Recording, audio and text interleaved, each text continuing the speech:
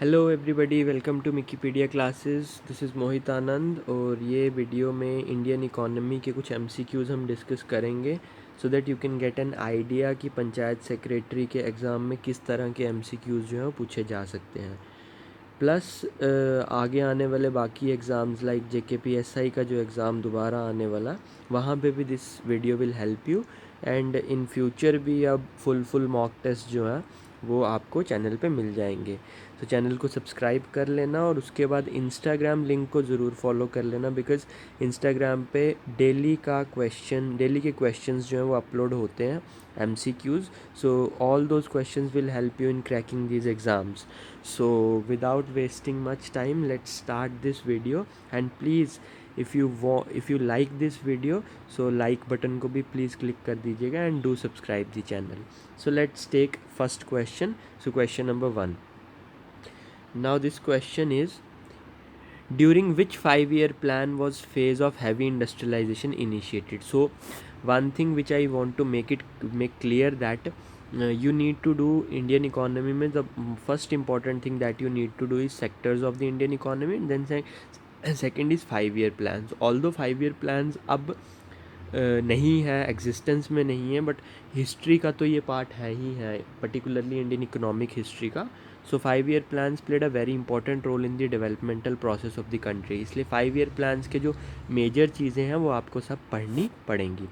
So during which 5-year plan was phase of heavy industrialization initiated? So let me tell you.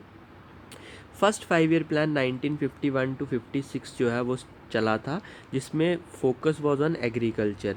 And without developing agriculture in the second 5-year plan, we shifted our focus to heavy industrialization. And remember, it was not only industrialization or small scale industries, the focus was on heavy industries. So second 5-year plan from 1956 to 1961, you should remember this. Next question is, Securities and Exchange Board of India, that is the SEBI. SEBI is basically the stock exchange regulator of India. So India की जो stock market है उसको regulate करने का काम कौन करता है?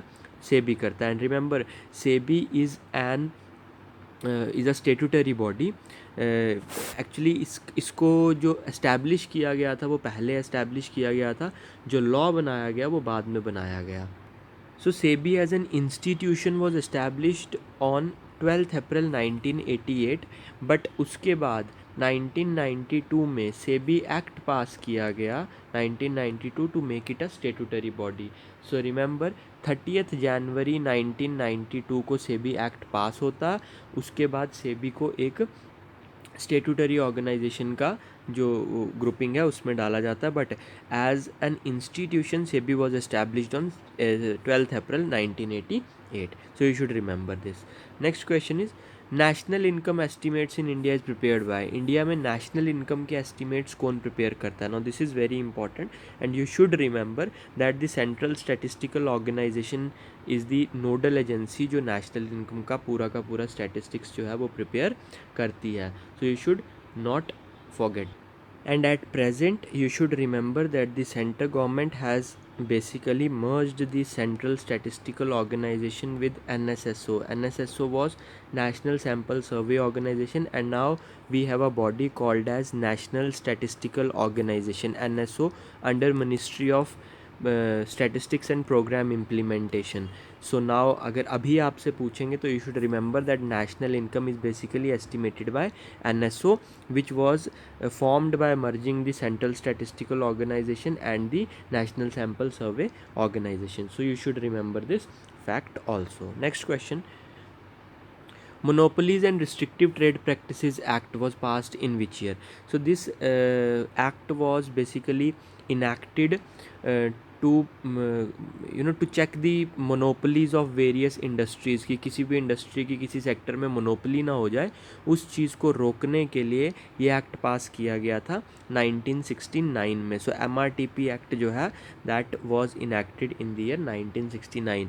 बाद में you must have heard about competition commission of India, जो आज एक स्टेटूटरी ऑर्गेनाइजेशन है जो इंडिया में मोनोपलीज़ को एग्जिस्टेंस में लाने से रोकती है, मतलब किसी सेक्टर में किसी कंपनी का सिंगल हैंड ना हो जाए, उस चीज़ को रोका जाता है. So we have now competition commission of India.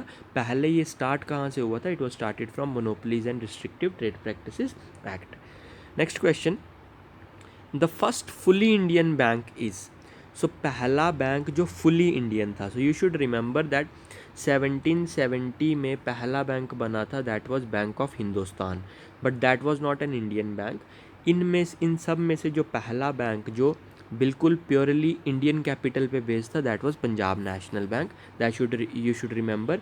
And now you will tell me which freedom fighter was related to the establishment of Punjab National Bank. अभी आप कमेंट सेक्शन में बताएंगे. Next question is, the largest producer of coffee in the country is. Now why I am keeping this component in Indian economy, because it is a part of Indian economy. So agricultural economy का part है ये. So कौन सी ऐसी state है India में जो coffee का सबसे ज़्यादा प्रोडक्शन करती है? So remember the right answer is Karnataka. Recently Karnataka, या ट्रेडिशनली भी कर्नाटक ही रही है, but you should tell me now the Indian brand of coffee or Indian type of coffee. You should know that there are two types of coffees, that is robusta and arabica. अब आपको मुझे बताना है कि इन दोनों में से Indian type of coffee कौन सी है. ठीक है, चलिए नेक्स्ट क्वेश्चन लेते हैं. The number of finance commission set up now is up to now. So अभी तक कितनी फाइनेंस कमीशन एस्टैब्लिश हो चुकी हैं? So you should remember article 280 of the Indian constitution deals with the finance commission, जो हर 5 साल के बाद एक बार कॉन्स्टिट्यूट की जाएगी by the president of India, ताकि वो बता सके कि सेंटर और स्टेट के बीच में किस तरह से टैक्स की शेयरिंग की जाएगी. समझ गए? सो अभी मैं आपको बता दूँ, रिसेंटली 15th फाइनेंस कमीशन जो है वो इस्टेब्लिश की गई थी, जिसके अध्यक्ष थे या चेयरमैन थे N K. Singh. So NK. Singh was the chairman of the 15th finance commission. और इस 15th फाइनेंस कमीशन की रिकमेंडेशन चलेंगी 2021 से लेके 2026 तक. इनिशियली इसने 2020 से लेके 25 तक देनी थी, but because of that Covid तो एक साल की अलग से रिकमेंडेशन आई, और उसके बाद 21 से लेके 26 तक ये पूरी 5 साल की रिकमेंडेशन जो आई है. तो till now we have 15 finance commissions. Recently वाली है, उसके चेयरमैन जो थे वो कौन थे? N K. Singh. So you should remember. Next is, in April next question is, in April 1980 how many banks were nationalised in India. तो देखिए, इंडिया में बैंकों की नेशनलाइजेशन 2 बार हुई है. एक हुई है 1969 में और एक हुई है 1980 में. 1969 में 14 बैंक्स वर नेशनलाइज्ड एंड 1980 में 6 बैंक्स वर नेशनलाइज्ड. तो 6 बैंक्स जो थे वो नेशनलाइज किए गए थे. अब आपको कमेंट सेक्शन में मुझे ये बताना है कि एट प्रेजेंट इस टाइम पे हमारे पास कितने नेशनलाइज्ड बैंक्स हैं. ठीक है, सो ये आप कमेंट सेक्शन में बताएंगे. Next question is, whose name is associated with the formulation of planning strategy in the second 5-year plan.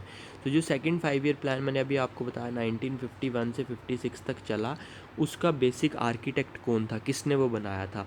तो जिन्होंने भी प्लानिंग के बारे में पढ़ा, they must remember that second 5-year plan is also called as Mahalanobis model. तो प्रसन्नता चंद्र महलनोबिस जो थे, जिनकी birth anniversary celebrated as national statistics day. So you should tell me when is the National Statistic Day celebrated.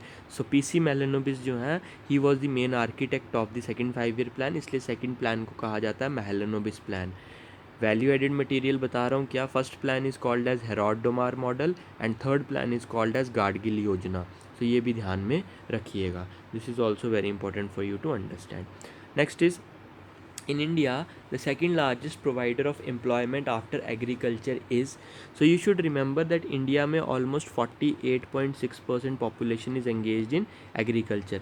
तो इन्होंने बोला agriculture के बाद इनमें से कौन सा ऐसा सेक्टर है जो सबसे ज़्यादा एम्प्लॉयमेंट प्रोवाइड करता है. सो you should remember second largest is textile sector. Textile sector second largest employment provider है हमारी कंट्री का. ठीक है. Next question is, the FEMA, that is Foreign Exchange Management Act, was passed in which year? देखिए, 2 act आपको ध्यान रखने हैं. It is Foreign Exchange Regulation Act that was enacted in 1973 and next is FEMA that is 1999 में ये enact किया गया था। ये दोनों एक्ट जो है ये डील करते हैं किसके साथ? ये डील करते हैं कि जितनी भी फॉरेन करेंसी कंट्री में आएगी, चाहे वो इंडिविजुअल लेके आए या चाहे वो कोई कंपनी लेके आए, उसको रेगुलेट, उसको मैनेज किस तरह से करना है, वो सब डील किया जाता है फेमा के under. You must have heard about the name of ED, that is enforcement directorate. तो कभी भी कोई फॉरेन करेंसी को लेके कोई घपला हुआ हो या कोई ऐसी कोई चीज़ हुई हो, तो ईडी जो है वो रेड्स करती है। So ED is basically, ED has been the basic nodal institution जो फेमा को रेगुलेट करती हैं या फेमा को इम्प्लीमेंट करती है, that is foreign exchange management act. And you should remember 1999 as the year of its enactment. ठीक है, next is the main rubber producing state in the countries. So remember almost 70% से ज़्यादा rubber India में एक ही state produce करती है, that is Kerala. So you should remember this, Kerala is the main rubber producing state in the country. World की अगर हम बात करें तो you should remember Thailand. Thailand जो है it is the largest producer of rubber in the world. So you should remember this. ठीक है, सो ये कुछ क्वेश्चंस थे इंडियन इकोनॉमी के। आई होप ये क्वेश्चंस आपको आते होंगे जिन्होंने पढ़ा है अच्छे से, और इन्हीं को फॉलो करते रहिए। आप देखिएगा कि क्वेश्चंस जितने भी इकोनॉमी के या बाकियों के भी आएंगे वो आपके सारे मॉक टेस्ट से निकल जाएंगे। So I think this is sufficient for this video. Next video में नेक्स्ट कंपोनेंट को हम डिस्कस करेंगे और इसको भी कंटिन्यू करेंगे इंडियन इकोनॉमी को। So till then take care, thank you so much.